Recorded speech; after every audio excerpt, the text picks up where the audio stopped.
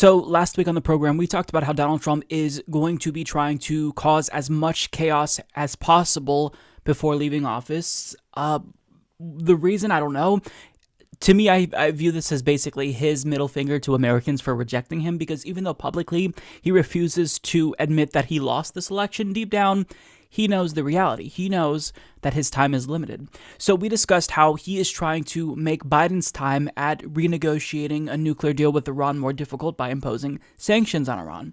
But this week, we learned something much more startling, that Donald Trump was literally talked out of bombing Iran's nuclear facilities. And if he actually followed through on this, the damage that this would have caused would have been unthinkable. So as the New York Times reports, President Trump asked senior advisors in an Oval Office meeting on Thursday whether he had options to take action against Iran's main nuclear site in the coming weeks. The meeting occurred a day after international inspectors reported a significant increase in the country's stockpile of nuclear material, 4 current and former U.S. officials said on Monday. A range of senior advisors dissuaded the president from moving ahead with a military strike. The advisors, including Vice President Mike Pence, Secretary of State Mike Pompeo, Christopher C. Miller, the acting defense secretary, and General Mark A. Milley, the chairman of the Joint Chiefs of Staff, warned that a strike against Iran's facilities could easily escalate into a broader conflict in the last weeks of Mr. Trump's presidency.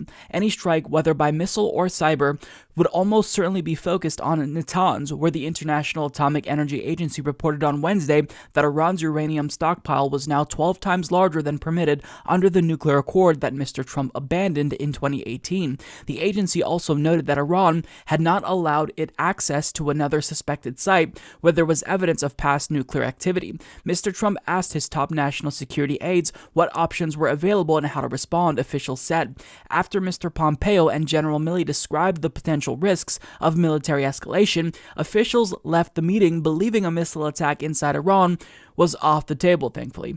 According to administration officials with knowledge of the meeting, Mr. Trump might still be looking at ways to strike Iranian assets and allies, including militias in Iraq, officials said. A smaller group of national security aides had met late Wednesday to discuss Iran the day before the meeting with the president. So this is terrifying. You have a lame duck president escalating tensions with Iran, and had he bombed that nuclear facility, that is an act of war. Make no mistake about it, that is an act of war. So what he's doing is characterized as attempting to start a war with Iran, or at least trying to figure out if that's an option, something that's on the table. Now, thankfully, Mike Pence and Pompeo and individuals around him talked him out of that. But think about how crazy this is. When you have Mike Pompeo and Mike Pence be the grown-ups in the room, there's an issue with that. Now, in the same week that we learned about this, we also learned that Donald Trump is going to be drawing down some forces in Iraq and Afghanistan. The Hill reports President Trump has ordered the Pentagon to pull 2,500 U.S. troops from Afghanistan and Iraq by mid-January, Acting Defense Secretary Christopher Miller announced Tuesday.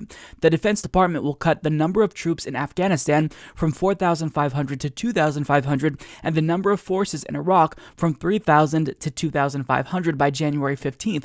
Days before Trump is set to leave office. I am formally announcing that we will implement President Trump's orders to continue our repositioning of forces from Afghanistan and Iraq, Miller told reporters at the Pentagon.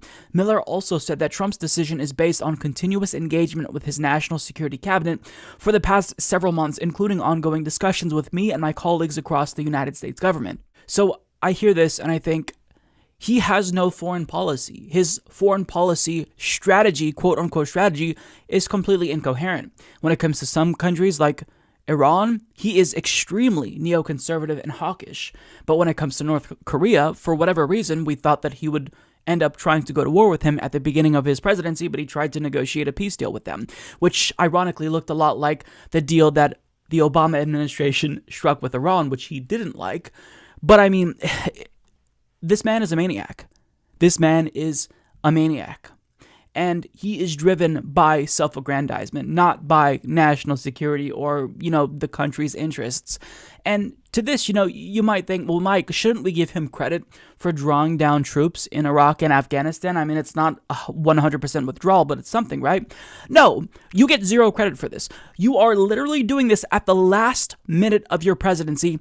And not to mention, you're not even bringing 100% of troops home. If you genuinely wanted credit for bringing home the troops, you do that immediately after you take office. So that way you prove to people that we don't need to permanently occupy these countries and be there even longer than we already have. I mean, what has it been, like 20 years now that we've been in Iraq and Afghanistan? There is no excuse, no valid reason why we should remain in these countries. At this point, it's a full-blown occupation. It's a never-ending war.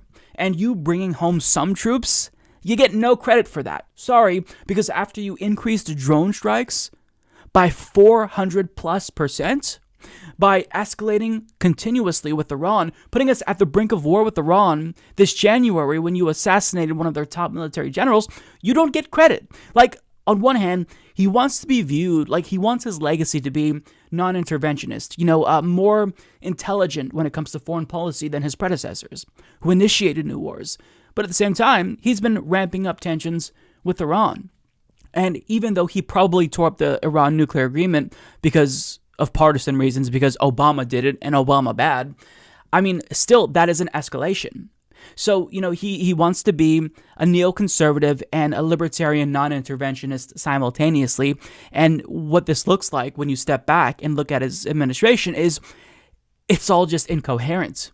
He doesn't really have a vision when it comes to foreign policy.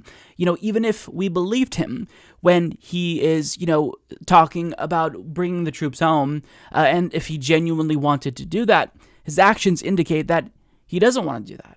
And, it's why he said enough to where people who support him can justify either narrative. Like, if you are a neocon Republican, there's enough there to where you can say, all right, this guy represents me. I mean, remember before he was elected, he was talking about assassinating the families of ISIS. And also, if you're a libertarian, there's enough there to where you could say, well, look, he is less interventionist than other, people running for president.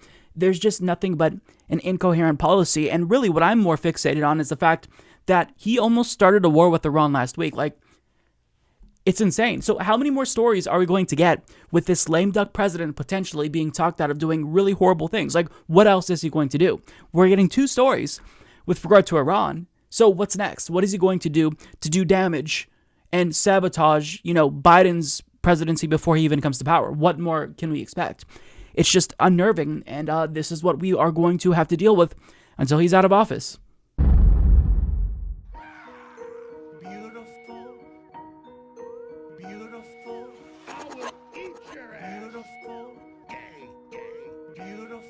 Tremendous, tremendous, tremendous, tremendous, tremendous, tremendous, tremendous, tremendous, tremendous, tremendous, tremendous, tremendous, tremendous, tremendous, tremendous.